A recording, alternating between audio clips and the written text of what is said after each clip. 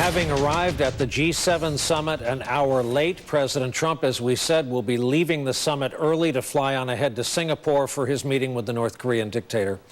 Trump said yesterday he didn't need to prepare much, that attitude is more important. Well, he followed that up with these remarks today. Were you serious about really not needing to prepare for the G7? No, I didn't say that. I said I've been preparing all my life. I always believe in preparation, but I've been preparing all my life. You know, these one-week preparations, they don't work. Just ask Hillary what happened to her in the debates. Here to talk about all of it tonight, Sumi Terry, a senior fellow for the Korea chair at the Center for Strategic and International Studies. Importantly, she's also a former senior analyst at the CIA and was in charge of that region while on the White House National Security Council. Also with us, retired four-star U.S. Army General Barry McCaffrey, decorated combat veteran of Vietnam, former battlefield commander in the Persian Gulf. His global portfolio, and it is vast, includes the Korean Peninsula as well. Sue, I'd like to begin with you here in New York. I know you'll be part of our coverage Monday, but what will you be watching for? What should our viewers be watching for when these two emerge? Well, the first optics is going to be good because both leaders are invested in having good optics. I would watch out for if there's going to be a second day after the initial meeting, because right now they're planning for a second day meeting if the first day goes well. And honestly, after this meeting, we got to have more than just a very broad joint statement, something about North Korea being committed to denuclearization. They need to at least produce North Korea defining denuclearization as we define it, which is unilateral dismantlement of their nuclear program. And they need to produce at least some sort of timeline that will show that North Korea will fully give a declaration of all their nuclear weapons program, and at least some sort of a timeline that says we're going to move towards verification and implementation. Outside of that, if there's just a joint broad statement after 2 days of meeting, I don't think that's a success. General McCaffrey, before we talk Korea, you'll forgive me if I go back exactly one segment. I was thinking of you earlier. You are a Cold Warrior at first, turned kinetic warrior later in life. You spent most of your adult life in uniform. When you hear Susan Glasser say this is not a drill and talk the way she is talking, she doesn't toss language around casually, about the post-World War II alliance on this week when we're marking yet another D-Day anniversary. How do you react to that? Well, I think it's appalling, to be blunt. These international alliances that have sustained us both economically and in national security are now being called into question. And particularly with the Russians, it's just bizarre. The Soviet evil empire came apart. The poor Russians are still under the sway of Mr. Putin.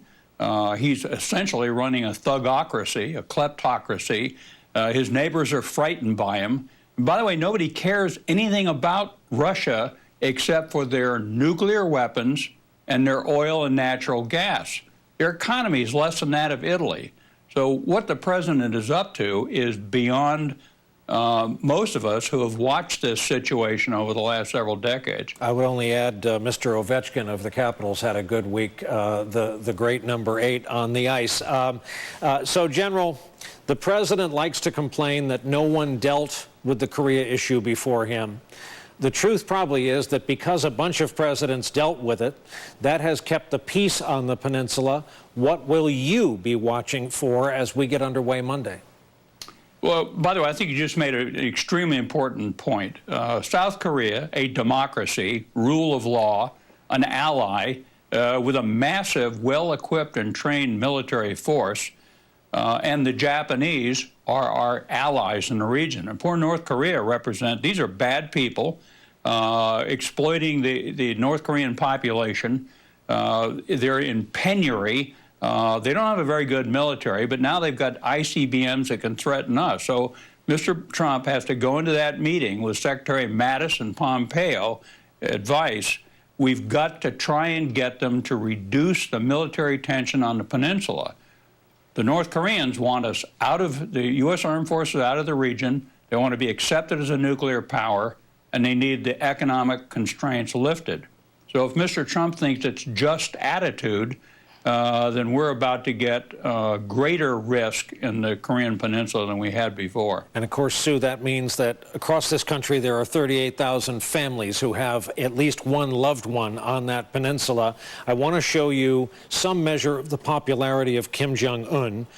We have new NBC News, Wall Street Journal polling numbers. He's at a 3% positive rating, which kind of falls within the margin of error. So let's put him as unpopular in this country. How do you think he is preparing for this meeting with Donald Trump? Well, first of all, North Koreans have been preparing for this meeting for half a century, I would say. Kim Jong-un knows what he wants out of this meeting, and he's probably preparing for all kinds of scenarios. And he's 100% focused on the U.S., while obviously we are focused on, we have 1.5 million issues that's distracting us, and President Trump doesn't feel like he needs to be prepared or read the briefing book that I'm sure National Security Council staff have prepared for him.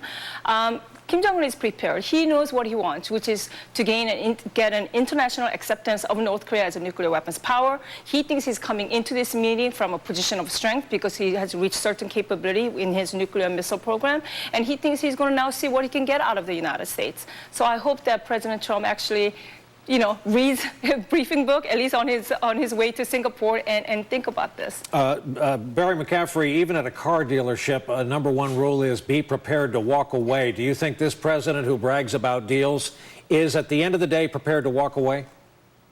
Well, we're about to find out. I think going into the negotiations, he's played a very unusual, set of cards, revealing, I think most of us would agree, a predisposition to not demanding immediate, irreversible, verifiable denuclearization, not demanding a timeline, a shortened timeline. So I think we ought to be very cautious about this. The key to North Korea is China and unified allies in South Korea, Australia, and Japan. So I think the president actually, in a raw military power, has the upper hand. I hope he understands that going into the negotiations. Well put. Two of the great thinkers in this area. Our thanks to both of them, Sumi Terry, General Barry McCaffrey. Thanks for joining us late on a Friday night. And coming up for us.